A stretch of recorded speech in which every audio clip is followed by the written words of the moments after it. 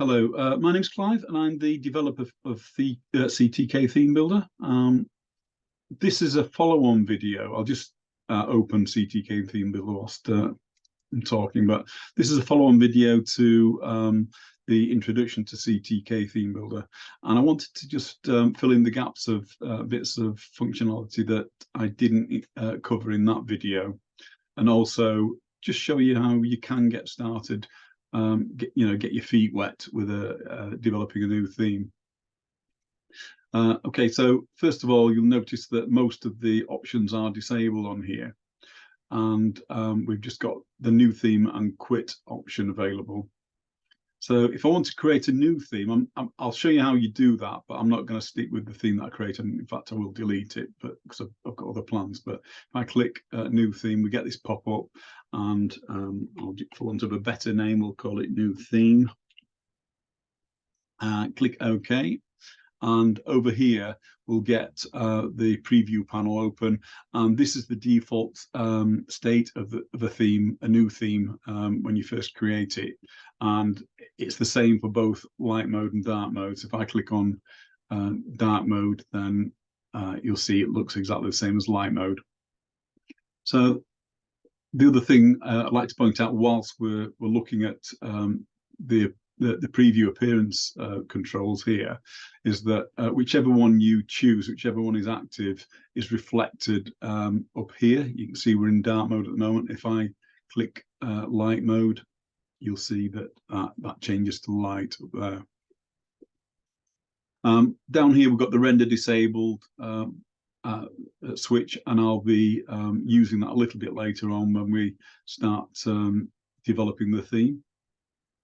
We've got the properties view, and I covered this in the original video, but it's probably worth just, I think I covered it in the original video, but it's probably worth mentioning now, again, because what this lets you do is have a choice of two options. We're in basic mode, and that is the default mode. In basic mode, it gives you the option to list all properties, all widget color properties, or you can select an individual widget from the widget types available in CustomTkinter. If you switch that to categorized, then what it does is it groups widget properties into categories. So, for example, you might be interested, for example, in drop-down widgets. So these are all the widgets that have a drop-down option with them, or the widget properties. So that's combo box and option menu. There's also a drop-down menu property as well. That actually isn't a widget as such, and so you don't see it directly here. It's an indirect property in that it's used by the combo box and option menu widgets. And so when you click these are the colors governed by, these colors are governed by the drop-down menu properties here. And you'll see that similar for the option menu. So just one thing to bear in mind, that's how you control these drop downs. If you're targeting the individual widgets, you won't see the drop down menu. So if I go back to basic and I look at, say, the option menu, you'll only see the option menu properties. So it's worth just remembering that if you wanted to change the drop down properties, it has got its own entry here. It's just that there's no widget for it. Okay, so that's the properties view and the filter view options. We've got the refresh preview button. That can be useful if you change the state of anything in the preview. It might be that you're developing your theme, and for example, you want to see what the text looks like when you type into an entry field. So see how it compares with the placeholder text, for example. And if you change the state of any of the widgets and you're wanting to just set them back to the default state, what you can do is just hit the refresh preview, and you'll get back to the original state.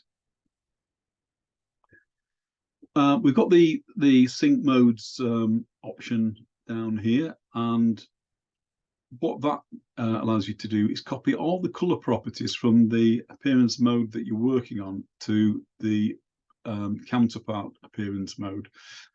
So one of the techniques I quite often use is I'll develop the theme to a fairly evolved state, and then when I'm 90% there with the colors, or even 100%, you know, what I'll do is I'll synchronize the modes, and you get a pop-up asking you to confirm it, and you click yes, and it copies all the color properties that are on display here to the counterpart color property. Now, I want to emphasize that it's the ones that are on display, because if you select a particular widget, you can have it just copy those properties to the counterpart, and it'll leave the rest alone.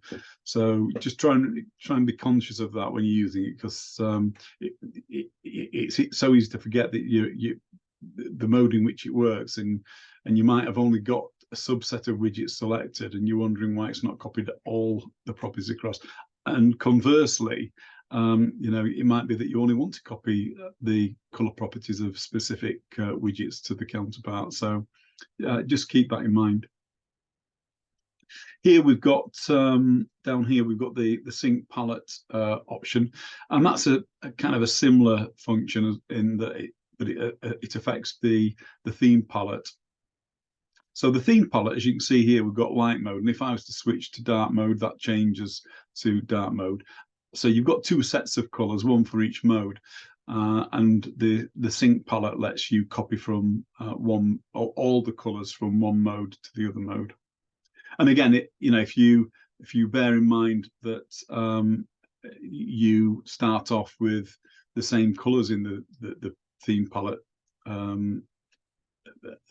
for both modes, once you start developing the one of the modes theme palette colors, then you might want to copy it across to the other one. Okay, so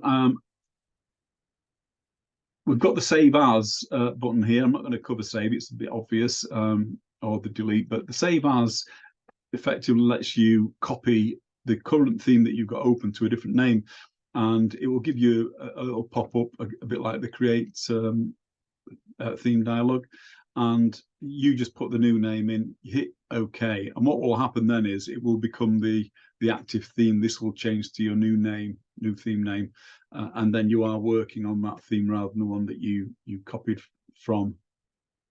I'll delete this theme because we no longer need it, and now I'm going to select one that in true Blue Peter fashion I prepared earlier. Show my age now, I think.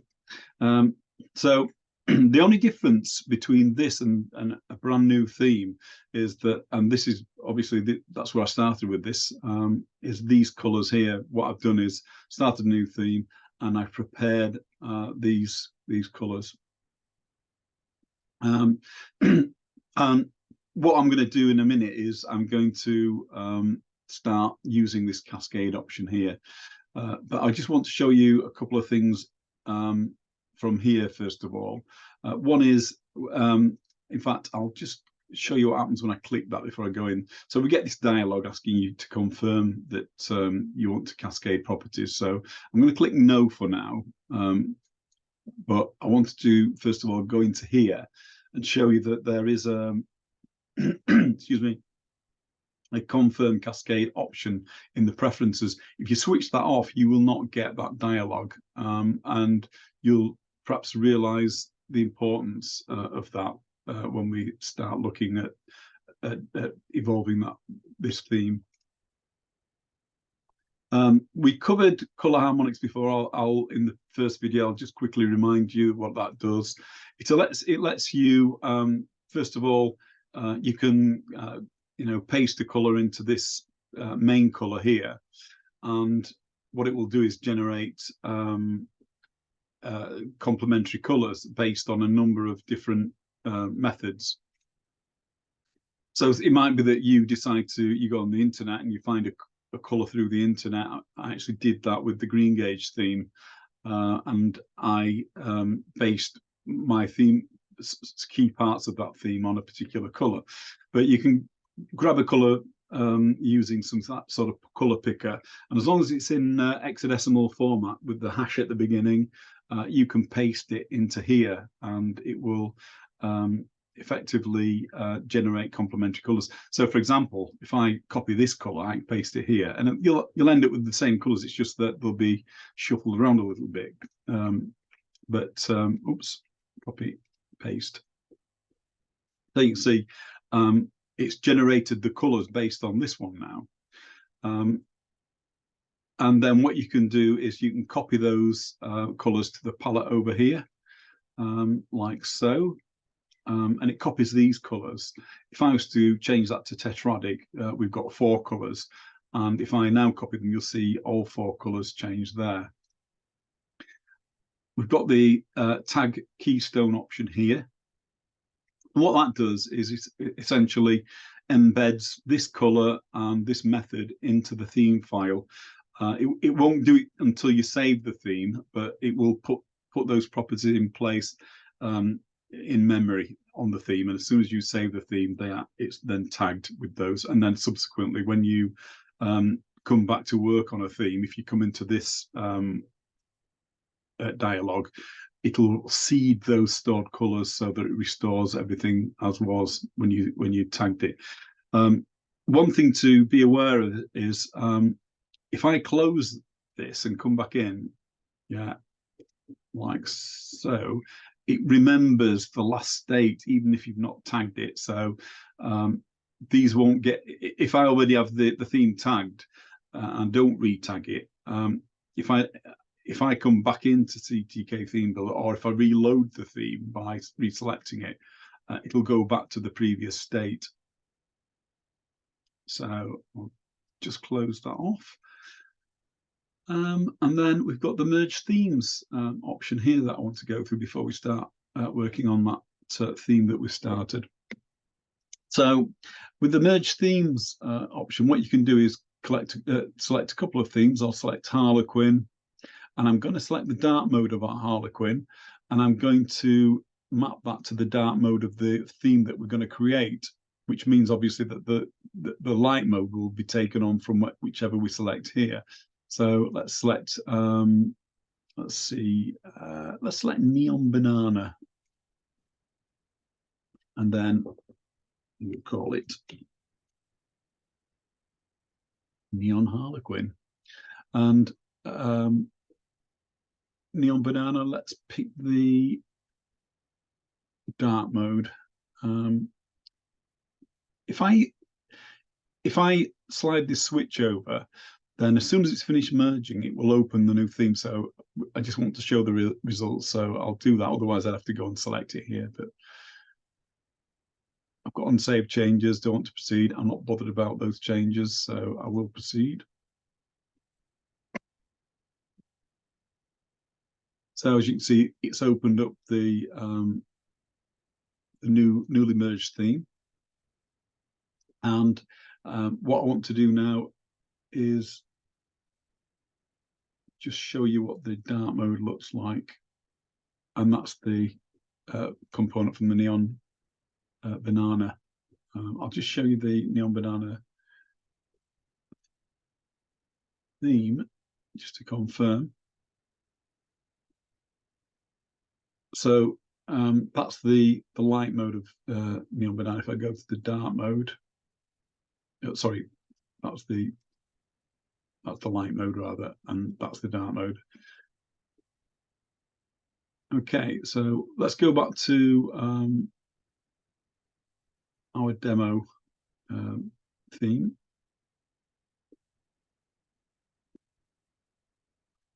Right, so looking at the text here, we can see all the text is in a kind of a dark grey colour, and this is where we can get the cascade colour feature to do a fair bit of heavy lifting for us, because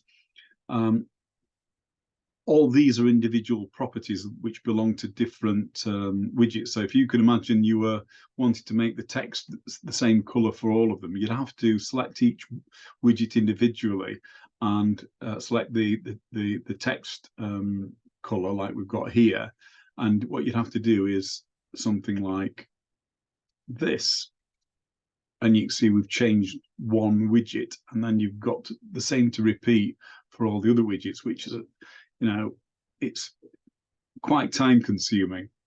So the cascade option was included to try and do some of that heavy lifting for you. And these various buttons are mapped to different properties. Fairly, I like to think that they're fairly intelligently mapped. And so if I right click on that and do cascade color, you can see all the different properties, widgets and properties that they are mapped to. And if I click yes, you'll see all the text on here start to change color. And so we've now got the regular text color converted to white. It's not very distinct at the moment, but we will get around to fixing that. Now, if I select this one and cascade it, this is the text disabled color. And then we go over to the render disabled function.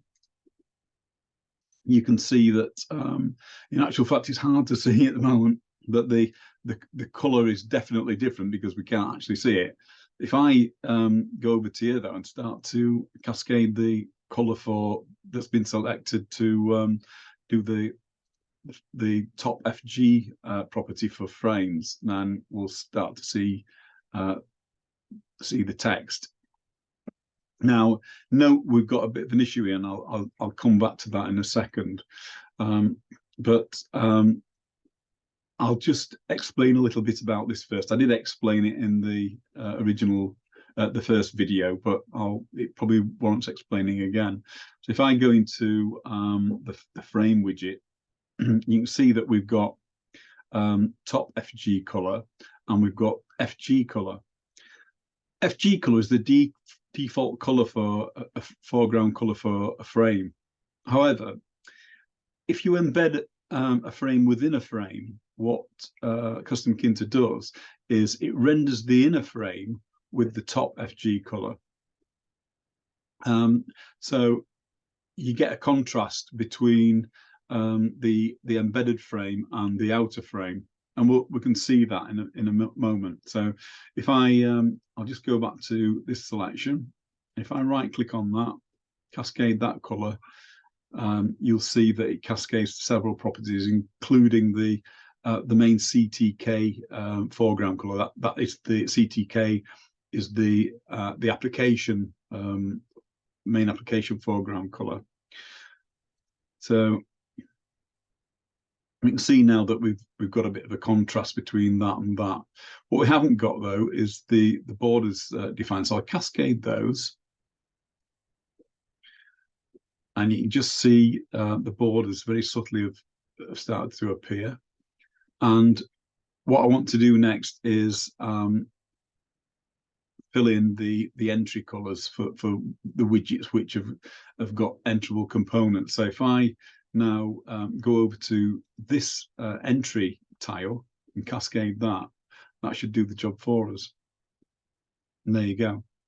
I said I'd come back to this, so I'll just cover it off now before I forget. There is an issue which, and I've raised it as an issue on the CustomTkinter repository. I'm hoping it'll get fixed fairly soon. It might, I don't know whether there's a technical issue or whether it's an oversight. You used to be able to do it with CustomTkinter 4, but with CustomTkinter 5, the option is no longer there. And the option I'm talking about is there's no configure option when you're writing your program to set the text to disabled on a label widget, and neither is there a property in the theme file. So we have no control over this, no direct control. I suspect that what's happening is it's using some default Tkinter, underlying Tkinter color. I'm not exactly sure about that, but that's what I strongly suspect. So it means that you don't have much control over that, which is a bit of a shame, really, because if you're using the label widget to label, say, an entry field here, and you want to make the entry field look disabled, you can't control the text to make it take on a disabled appearance. So I'm hoping Tom Szymanski, the guy that develops CustomTkinter, remedies that situation. Okay, so the next thing I want to do is look at the progress widgets. So the progress widgets are things like CTkSwitch, the progress widget here, and then we've got the slider widget. So the colors to the left on those widgets, I don't know if you remember, but there was a distinct line this side before I changed the foreground color for the frame and what have you. But the bit to the left, that's the progress color, and then the foreground color appears to the right on these widgets, whether it be the switch or the slider or whatever. I'll just set this to enabled so that I can slide that across. So let's just do the progress cascade now. And you can see the colors more visible now on the right hand side of these things. Okay, so we're nearly there. We just want to do the buttons, and then we've got this placeholder text to sort out because we can't see anything there. So I'll cascade this color button, and this is going to do the foreground color. That's the color that you see when you don't hover over the button. And then what we want to do, in the moment we've got grey for the hover color, and if I now use this color, which is a slightly lighter color, which gives it a bit of pop when you hover over the buttons, you can see we've now got a color which draws the eye as you hover over.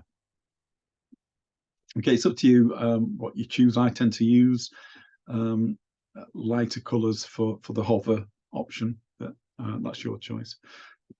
Excuse me.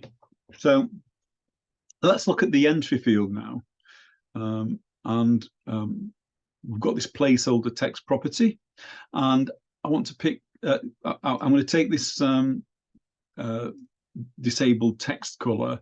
I'm going to paste it in because that's probably going to do the job for us. And as you can see, you can now see the placeholder text. And just to contrast it with entered text, you can see that stands out a bit more. So there is a contrast there, which is what you're typically looking for. So that's got us most of the way there. One or two things that you might want to do is change there are properties to do with things like the segmented button, which we've not touched. If I select the segmented button, we've got things like unselected color. So these are just remaining gray at the moment, but it might be that you want to pick another color, another shade of blue or something. I'm just picking something randomly here, but there you go, which looks a little bit more consistent, that kind of thing. So just bear in mind that what we've done here is all the heavy lifting, but it's got us a fair way into creating the theme. And it might be as well that you get into the theme and you've not done any tweaking of the colors, and you just suddenly decide, actually,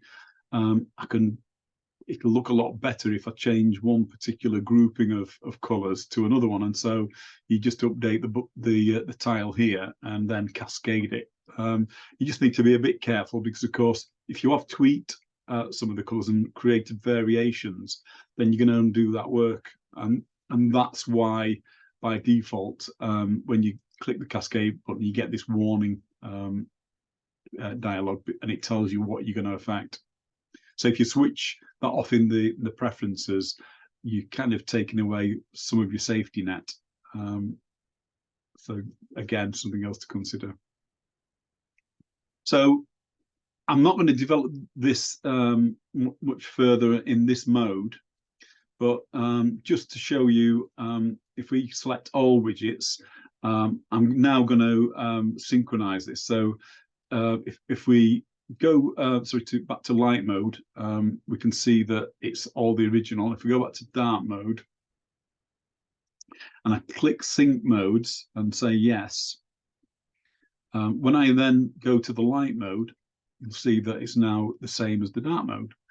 And it's up to you. You could darken the dark mode even more, or we could lighten it. So the most obvious thing to lighten might be the frame colors. So if I lighten that shade, we'll lighten it by 3, and I'll lighten it again by another 2.